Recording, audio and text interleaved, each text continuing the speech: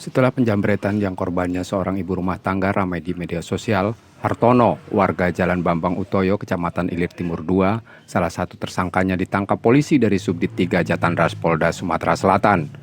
Pada polisi, tersangka mengaku kejahatannya dilakukan di Jalan KS Tubun, Kelurahan 17 Ilir, Palembang, dilakukan bersama rekannya yang saat ini masih dalam pengejaran polisi. Tersangka juga mengaku menarik paksa tas korban yang mengendarai sepeda motor yang membuat korban jatuh dan terluka.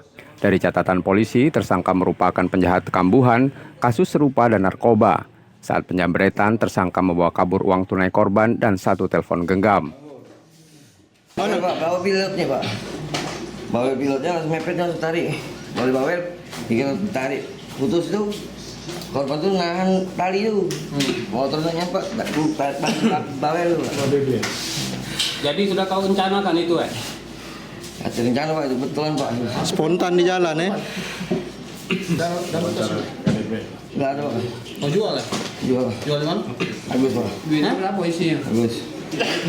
Ada duit tak isinya? Ada duit. Duit.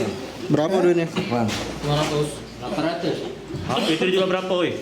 1 juta Pak. Untuk proses hukumnya, tersangka masih diperiksa dan ditahan di tahanan Polda Sumatera Selatan.